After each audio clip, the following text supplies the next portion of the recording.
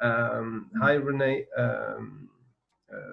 For those students who doesn't fully understand what you're doing and why I'm interviewing you, could you perhaps explain yourself, what you're doing with the Maker movement and what you're doing with the Maker movement in Eindhoven?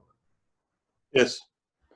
So what we're doing is establishing a platform for makers, including artists, engineers, professionals, students, and amateurs.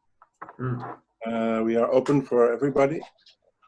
And in our laboratory, we have physical facilities for makers, but most of the laboratory is used for collaboration with discussions and workshops and brainstorming, making some prototypes, but not for production. And in the lab, we also are an office that is inventing new formats for technology embedding in society and for making technology available for everybody. So we like to hack technology to make it open and to explore what possibilities this technology has to solving other problems. Okay. And we organize events, and we also invent new kind of events. So we are experience designer for making this gap between technology and creativity more close. Okay, interesting. And I then understanding that you also do the Maker Faire in Eindhoven, and it grew very exponentially. Could you tell something about your experience with that? Then I will go into the agenda of the conversation. Yes, the Maker Faire is started in San Francisco some 13 years ago, as a result of the Make magazine, which was flourishing on the new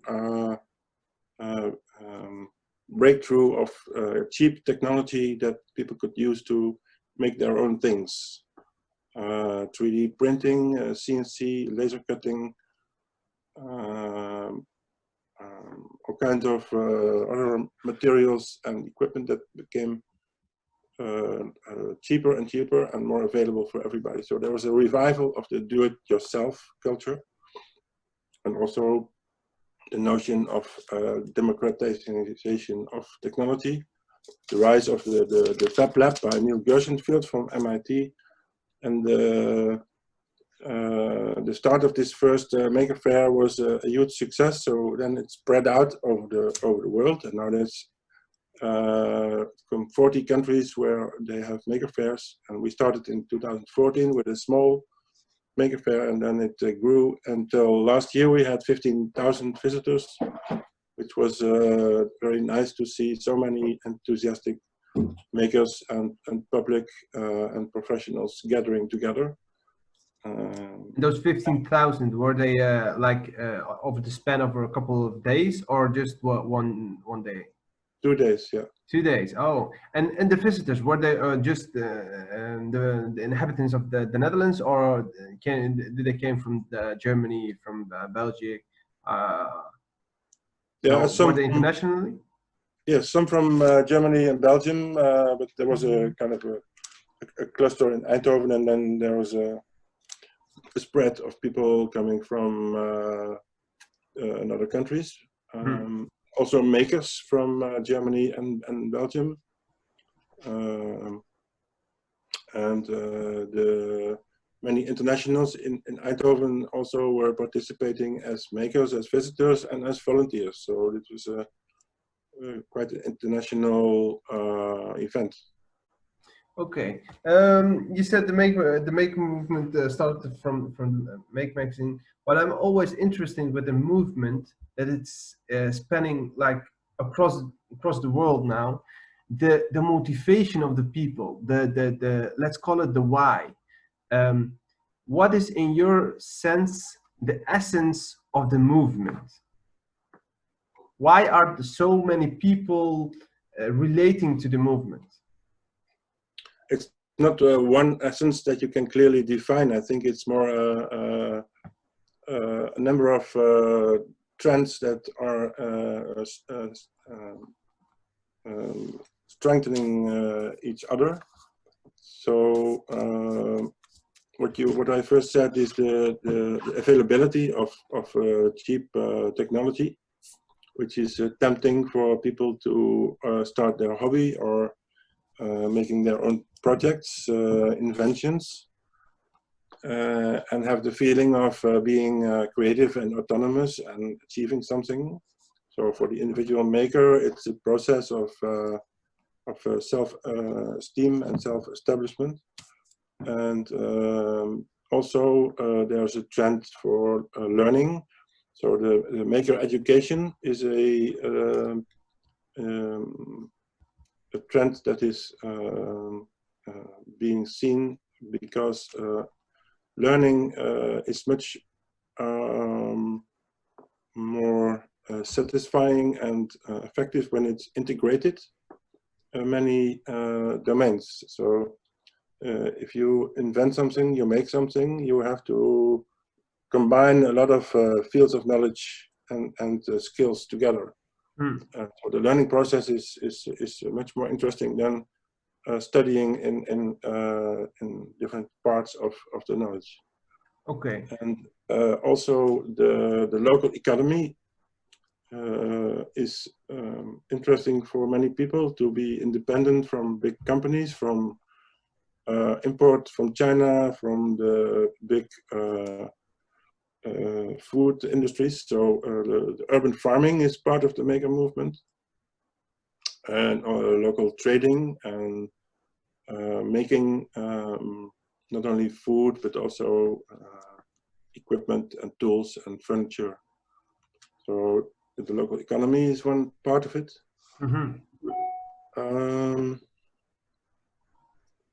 And then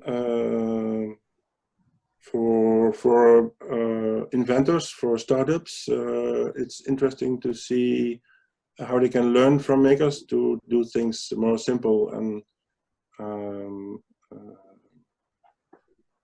basic instead of always looking for the most high-tech solutions. Sometimes it can be very simple. Okay, you mentioned a lot of great things, and I want just to unpack that a little bit. So you said something about the education. You said something about it being local and it being available. First, I want to talk about the education, because the education is. I want to make it also a main part of my design, and I think the students can learn from it as well. The second thing is, and especially with the coronavirus, we see that everything has been every production has been transported to cheaper countries, and in this kind of crisis, we see that we need that production in our own country, and we need the production locally. I want to later ask you about what may be the influences of that on the maker movement and local production. But first, the education. Could you tell us something about the maker promise and how the maker movement infiltrated the education? Yeah, let's start with that. Yes. Well, in 2018, we had a special education conference on maker education at the Maker Faire on the Friday. And this was a collaboration with a consortium of maker spaces, libraries, polytechnicals, and other maker festivals in the Netherlands. And we have invited people from Stanford University who have established a program for education in maker movement It's called FabLearn. Hmm. And this FabLearn is a worldwide a conference that was now in the Netherlands, and it has also deeply theorized about the maker education principles and methods that lie behind it. And then we had a very good conference with many teachers and school developers in the Netherlands, inspiring people to develop new programs for maker education. And we had some examples of workshops and master classes with these developments. Okay, and so this conference was in 2018. What are the consequences? What are the results of it right now in the education? See, because I'm always of the opinion that education is first, it pushes you through the system and it gets you high educated, and or you don't find yourself that smart and don't pursue higher education. But what that leaves empty is the jobs in the middle. So what I thought the make movement was addressing is the jobs in the middle, and for the people who are not who don't like the regular education. I've seen they love this kind of interaction and practicality of study, that where they know what they're doing instead of just theory. Could you elaborate on the effects and the results on it a little bit? Well, the direction of this conference and this movement are of course in this new appreciation of jobs that require hands to do things, and but that is a trend that is not changed very easily. So there's a culture of calling academic learning high and teaching with your hands low. So the reward and is very much lower. So the respect for the labor and middle jobs and work that is done with physical aspects should have more reward. Should have a Yeah, I see what you mean. It should have more respect in the eyes of the people, and it should have more salary as a part of the reward. Yeah, but nowadays when there's a plumber in Eindhoven, he can earn as much money as a lawyer, because there's a very much shortage of this of knowledge. So it's also a market question nowadays. But in general, in education terms, the making education, the MBO as we call it here, middle teaching, middle class teaching, they must be much more rewarded. Very interesting. If one would design, and this is a question for myself, if one would design these kind of spaces, what aspect these spaces where people come and educate themselves and maybe switch from jobs or go higher up in the job ladder, what are some aspects they have to take into account in the design to make these spaces good working? I think that for the maker spaces and the education, you see that much more schools are aiming at projects for students to work on that are also coached by people from the outside of the school, from the industry or from the craftsmen, and you see that the revival of the master and pupil system is getting back. Very interesting. Because the teaching from above to one class is old-fashioned, and it doesn't work anymore in this complex world. So we need to find new ways of teaching and learning where we can find collaboration between masters and pupils. Okay. And, I had the same thought before I was into the maker movement. I thought education at the uni is great.